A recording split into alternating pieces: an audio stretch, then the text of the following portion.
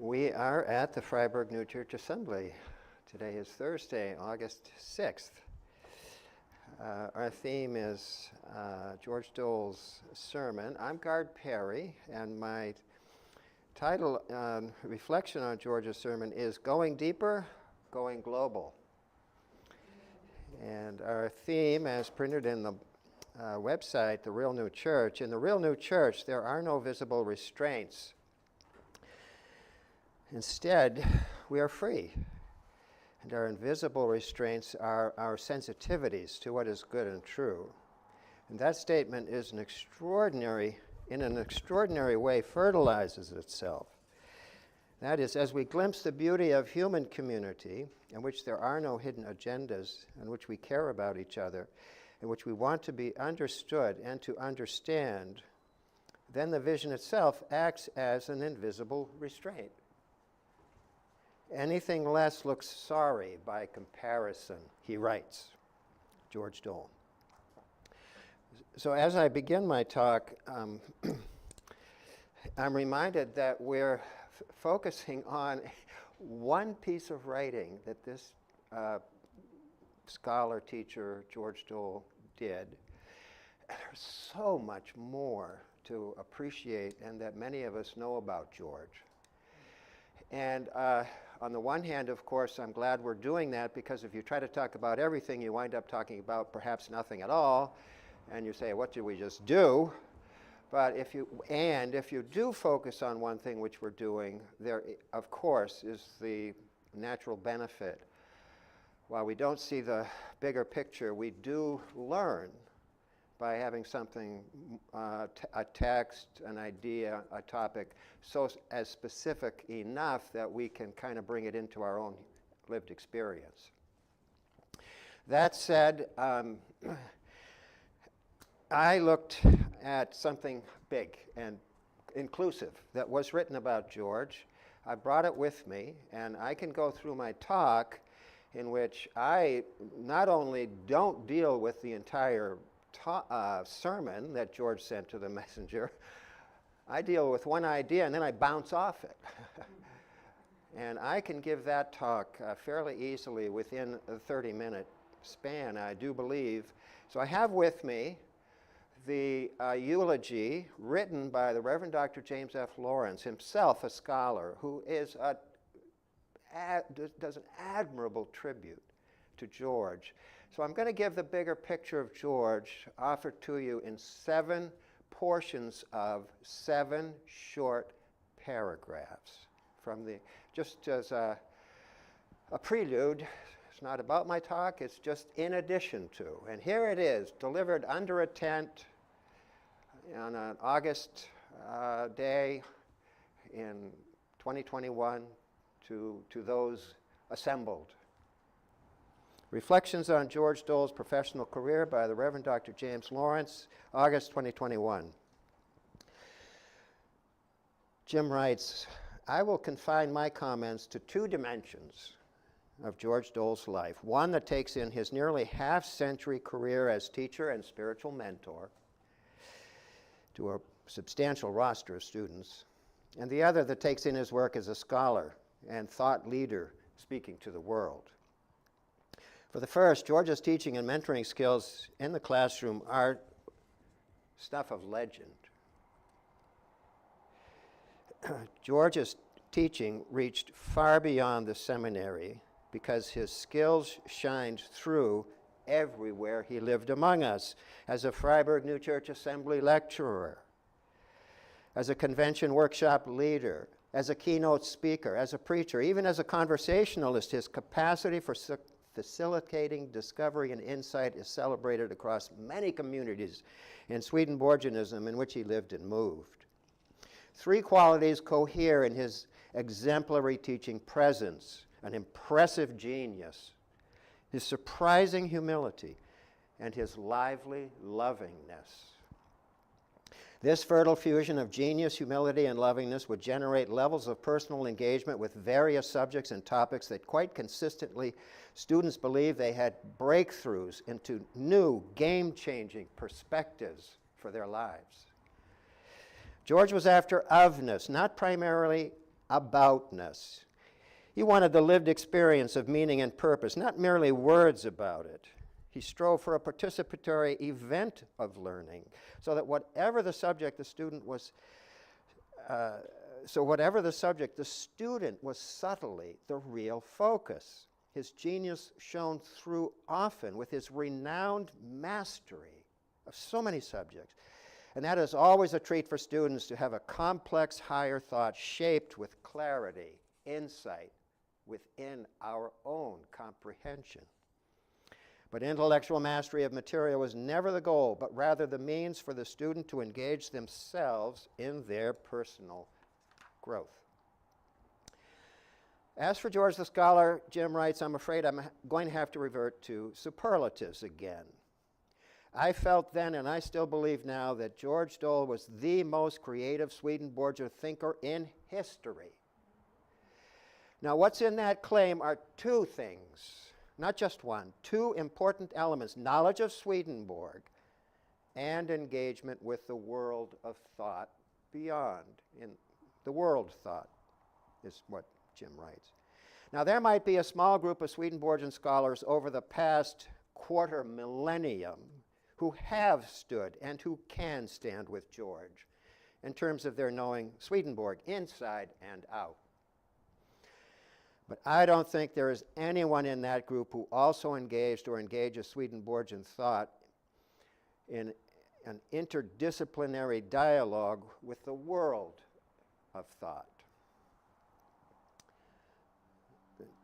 George Dole pioneered numerous original arcs of theory that have borne fruit in new ways of understanding theology, history, psychology, natural science, biblical studies, in worlds of discourse within and outside of Swedenborgianism.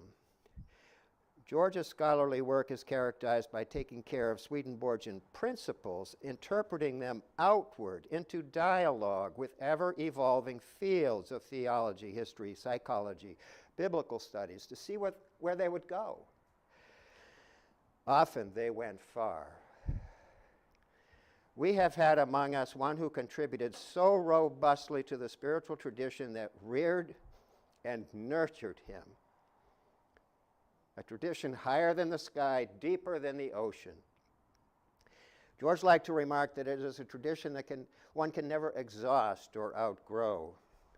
He proved that best of all, and I feel I can speak, Jim writes, for a multitude of students and thoughtful people everywhere who knew him and experienced his gifts. Thank you, George, for your faithfulness in honoring the abilities with which you were endowed, that you might give, evolved and regenerated those abilities right back to God's realm in ways that make being alive so much more consequential. All right, well, there you go. I couldn't resist. You get it? Oh, boy. Okay, well, and now for something completely different. All right.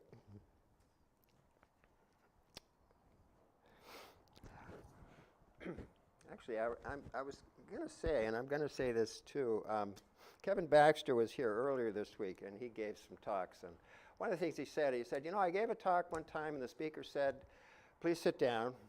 And we all sat down. And then the speaker said, now sit way down. Occupy the space you're in. Feel good about this, who you are, where you are, and that the privileges that we have to give and share with one another. Thank you. So I have for you this morning paragraphs from George Dole's sermon in which I hear George talking about his pastoral side. He tells us there's nothing to fear. He encourages us. He consoles us. And while his visionary side is exceptional, his prophetic side is important. His pastoral side is that to which I am drawn.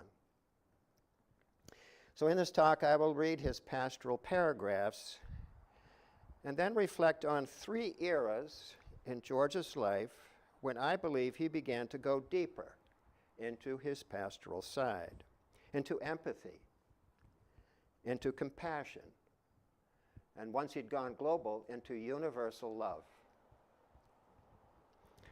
To get started, let's hear those pastoral paragraphs from his sermon. And this is a reminder because I think we've heard these before, and we can never hear them. I can never hear them too much. It's safe to say, I believe, that none of us would relish having all our secret thoughts and feelings made public. Strange as it may sound, though, this may be an essentially baseless fear. If only our worst thoughts and feelings were on display, that would be one thing. But if all were out in the open, it would be clear that we ourselves do not like what we are keeping hidden. That obviously is why we're keeping them hidden, and we don't want others to see them. If, however, they could see the hurt that prompts the resentment or the pain or the hurting statement that prompts the fear, they would not be so quick to condemn. We ourselves have done and said things that were not good. True, there may be people in our lives who would seize on the negatives, but anyone who cared about us would be trying to understand and to help. If the whole truth came out, we would not be met by waves of disapproval, but with active sympathy. After all, isn't that what we would offer to those who are dear to us? Once we realize that our faults wound us and that those wounds cannot be healed until they are acknowledged, our text reads less like a threat and more like a promise. For there's nothing hidden that will not be manifested, neither has anything been kept secret that should not come abroad. The time will come when everything that troubles us will be brought to light. And what a light that is, a light of mercy, compassion, and forgiveness. The time will come when we will no longer have anything to hide, therefore nothing to fear. So those are the three paragraphs, pastoral. Scene shifts. 3 eras of George's life when I believe he was moving in this direction. It's 1985. It's convention. We're on an outing. It's a summer evening in June, and I'm standing next to George. We are at the Almont New Church Assembly on an outing from convention, 1985. It's evening under a black and starry night. It's Vespers, and the Reverend Paul Zacharias is leading a Vespers meditation. I can hear him now. He's saying, "And behold, I make all things new." And then, looking up at the shining stars against the night sky, he says it again. "Behold, I make all things new, now and now and now." As the assembled group makes its way back to the main building through the field and walking carefully, George is walking next to me. He stopped. He said, "I used to think that way." "What do you mean, George?" I asked. "I used to think of the universe that way. Expanding, big, creation, the big ideas." That's my understanding of Swedenborg's writing. The expanding ones. Today, though, I'm increasingly alarmed about the state of humanity.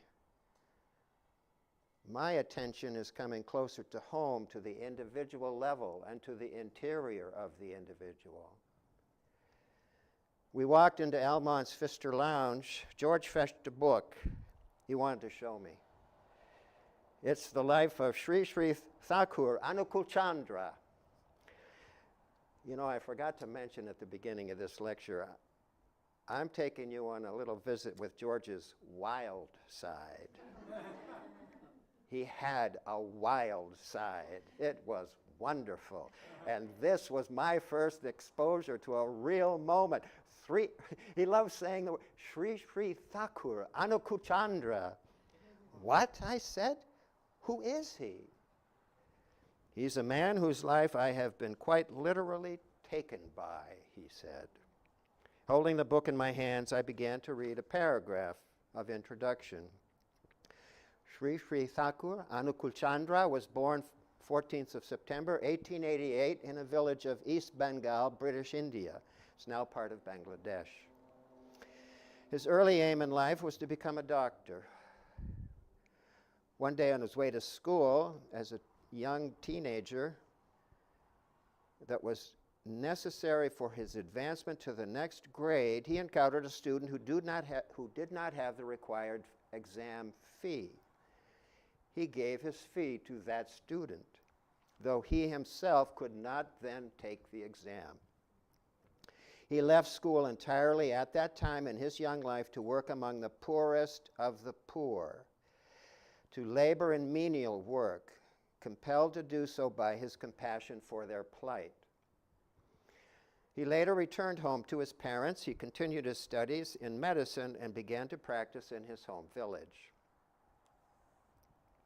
He claimed that his calling came through the mercy of Providence due to the cry of his own existential crisis that compelled himself to serve others with compassion. He helped everyone across every difficulty, this cover said about this man, induced everyone to survive every difficulty and to reach the helm of love and pity for all others in a spirit of service, a helm which he did in fact reach. Though starting with no money, he established schools, hospitals, and other institutions to help eradicate poverty, illness, and ignorance in his village and beyond through spiritual teachings and service. Anukul Chandra died on 27th of January 1969, and the government of India released a commemorative postage stamp in 1987. George had found a new source of inspiration. He looked at me, putting the book down with his enormous smile, and he said, "Wow." A mere 3 years later, George took a short leave of absence from his teaching responsibilities at the then Swedenborg School of Religion to enroll in a clinical pastoral education program housed in a soup kitchen in a poor neighborhood of Boston. He showed me another book. "Gard, look." Handed it to me, and the title was "How Can I Help?" by Ram Dass. Handing it back to George, he read to me from a paragraph on the back cover, "How Can I Help? Stories and Reflections on Service" by Ram Dass with Paul Gorman. Not a day passes without our being called upon to help another. At home, at work, on the street, on the phone, we do what we can. Yet so much comes up to complicate this natural response. Will I have what it takes? How much is enough? How can I deal with suffering? And what really helps anyway? In this writing, Ram Dass explores a path through these confusions to provide support and inspiration for us in our efforts as members of the human community, as helping professionals, as volunteers, simply as friends or family members, to try to be of help. Here are deeply moving personal accounts from which to find strength, clarity, and wisdom for those times upon which we are called to help and care for one another. How can I help? Reminds us just how much we have to give and how doing so can lead to some of the most joyous moments in our lives. Shortly thereafter, George Dole went on a 3-day retreat with Ram Dass. The retreat happened to be in Sharon, Massachusetts. Well, George lived at that time in Sharon, Massachusetts. So he asked Ram Dass during a fairly long break, how would you like to come over to my house? We'll have lunch together. Ram Dass said yes. And they had lunch. George Dole and Ram Dass. Oh, and I would love to hear what they talked about. That was the early 90s. Fast forward to June 2015. I am sitting in the amphitheater at Bridgewater State University. It's convention. George is standing at the podium. He's giving the convention keynote speech. And after telling us about several turning points in his intellectual career, he said, "I now turn to Swedenborg's continuous inner sense, in which we find a wealth of material describing regeneration as a lifelong process, a process that very clearly includes the opening of the deeper levels of the mind, a transformation of consciousness." He then cites Gerald May, executive director of the Shalem Institute for Peace in Washington, D.C., who writes, Gerald May writes, "A single sentence has haunted me for over a decade. It's the first sentence of the Dalai Lama's foreword to Thich Nhat Hanh's book, Peace is Every Step. This is what he wrote. Although attempting to bring about world peace through the internal transformation of individuals is difficult, it is the only way." End quote. That's what the Dalai Lama wrote. Although attempting to bring about world peace through the internal transformation of individuals is difficult, it is the only way. On the surface, writes Gerald May, the thought seems simple, almost obvious. We all know that changes in individual people bring change to larger social systems. But it's the last 5 words that catch me up. It's the only way. The Dalai Lama's statement is far more than another simple encouragement to love one's neighbor. It is also a critique of all the other ways we human beings have tried to bring about peace and justice to this world. It says they simply do not work. As if these words weren't enough, George cites astronaut Edgar Mitchell's view of Earth from space, which Mitchell described as follows. It began, now Edgar Mitchell is an astronaut, he's circling the globe and he's looking at the Earth from space, and he's one of the earliest ones to do it. So this was new. It was in the early 1970s. So looking at this gorgeous globe from space, astronaut Edgar Mitchell later wrote, "It began with a breathtaking experience of seeing the planet Earth floating in the immensity of space. The incredible beauty of a splendid blue and white jewel floating in a vast black sky. I underwent a religious-like peak experience in which the presence of divinity became palpable. And I knew that life in the universe was not just an accident based on random processes. This knowledge, which comes directly, intuitively, was not a matter of discursive reasoning or logical abstraction. It was not deduced from information perceptible by sensory organs. The realization was subjective, but it was knowledge every bit as real and as compelling as the objective data of the navigational program or communications that this space capsule system was based on. Then my thoughts turned to the daily life on the planet. With that, my sense of wonderment gradually turned into something like anguish.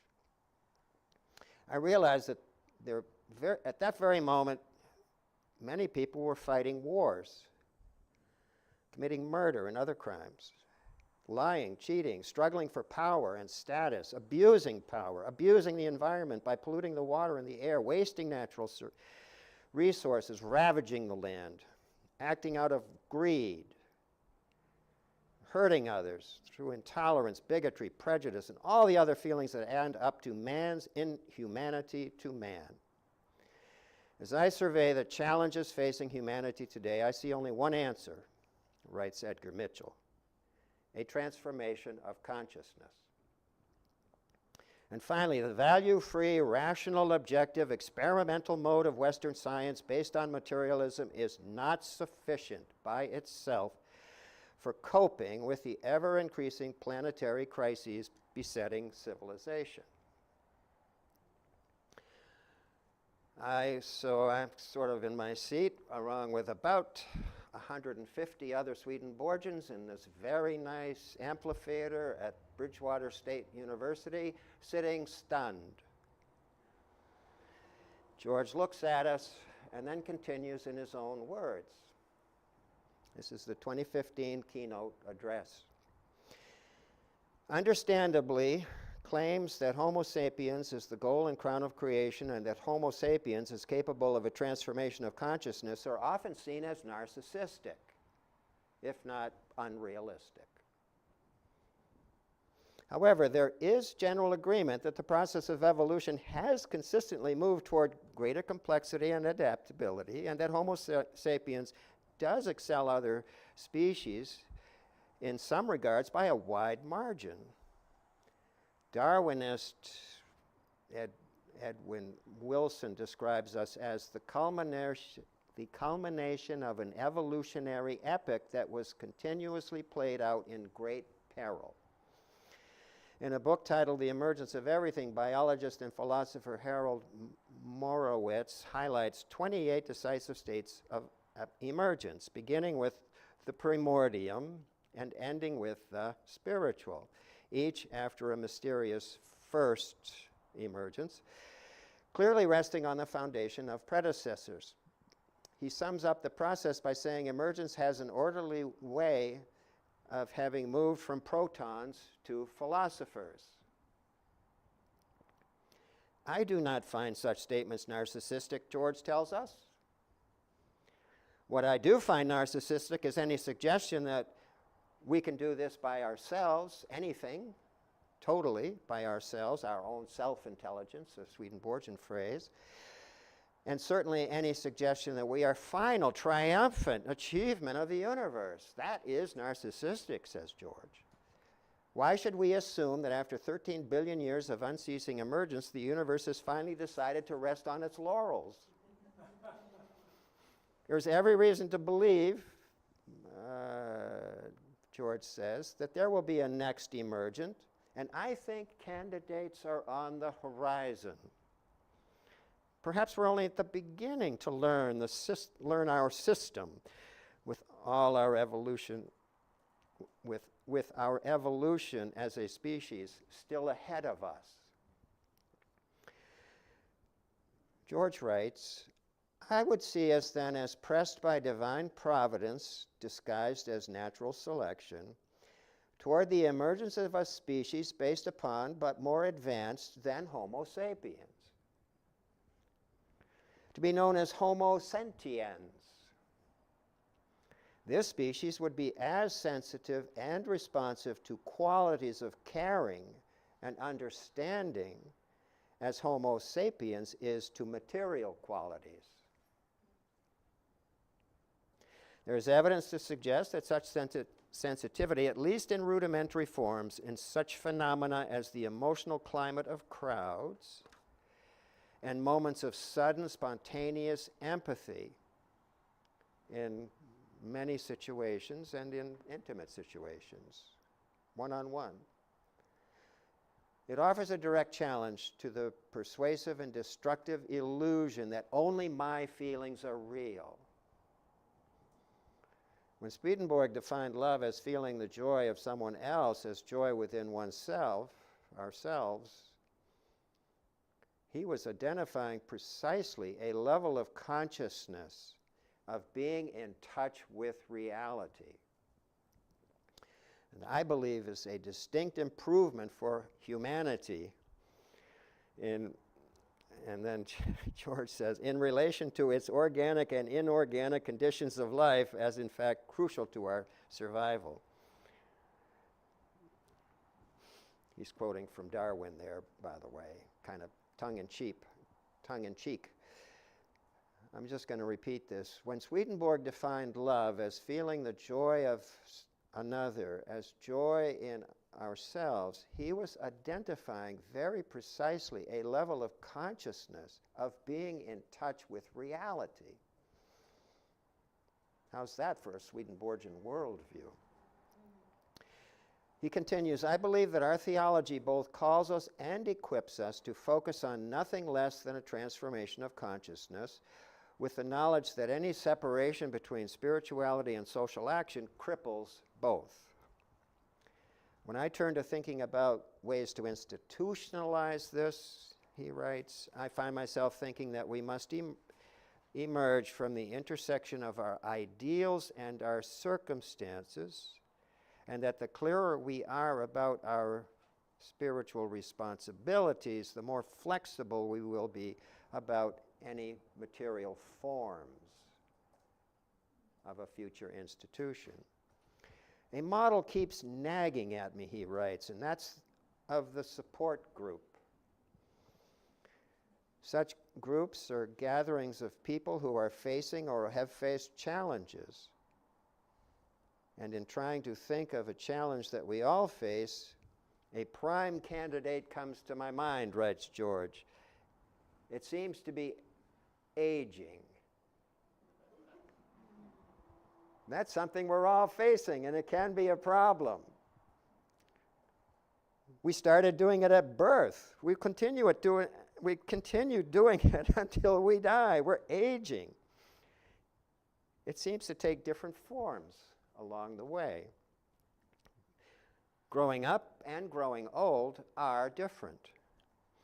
But essentially, it's something that the youngest and the oldest, and all those in between, are doing and have in common. I can almost imagine a church that said something like this: are you getting older? Are you doing it well? Let's talk about it, he said. Now, by the way, that is how we ended that particular talk. It happens to be where my formal remarks are ending with that quote. And he said, let's talk about it. And in that auditorium, we each turned to our neighbor or small group, and we asked ourselves, okay,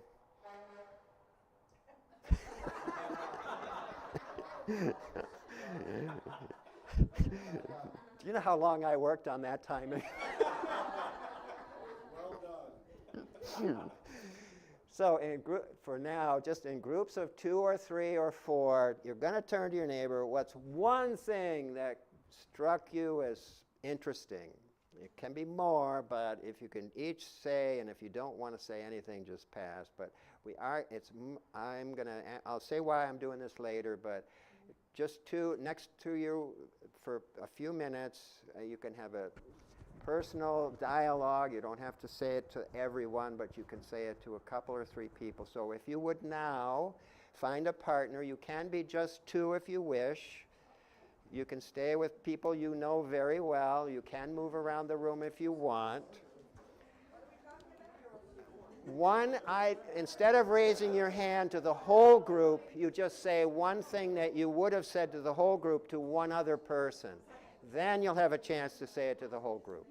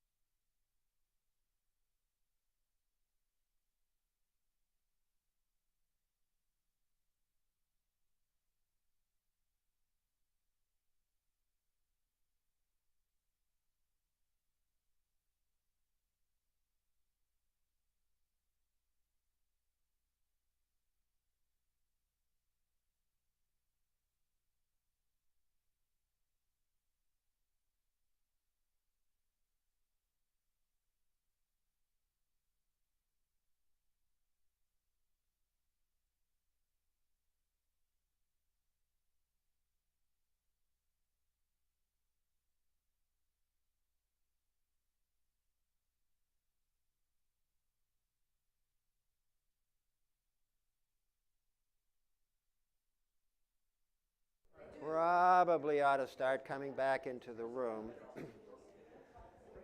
So, yeah.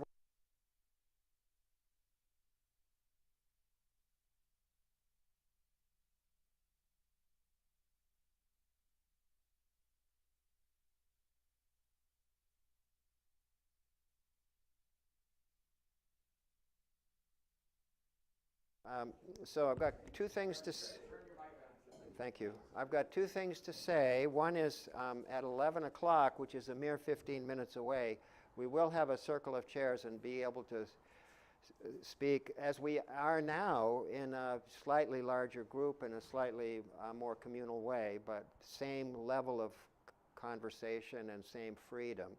So that's at 11 o'clock. And that means that in the very few minutes that we have, if you have a thought you aren't able to get into this large group, please come to the to the discussion group. There will be a bell at 11. Second thing is, I told you why I'm doing this. Of those reasons, there's one in particular. At the 2015 convention, in this beautiful but large auditorium, George asked us to do the exact same thing, so we kind of arranged ourselves and did just what you've just done.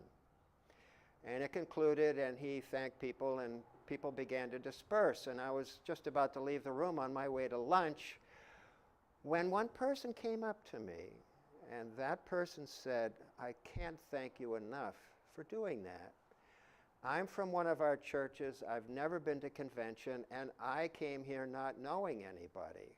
And I've been here for 3 days. I'm a little bit introverted, and I haven't really connected with anybody.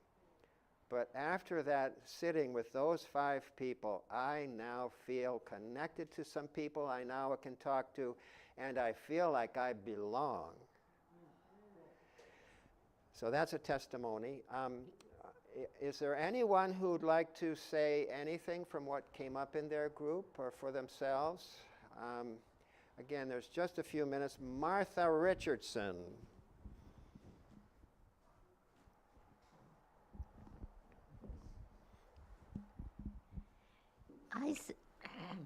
First, I want to say thank you, God. I don't think I've heard you many, many times, and this was one of the best ones I've ever heard. And I think it was because it was about our beloved George. Also, I want to say he did give us a preference when he broke us up into groups. He said, listen to the other person. Do not interrupt. Give them time to speak, and then you speak.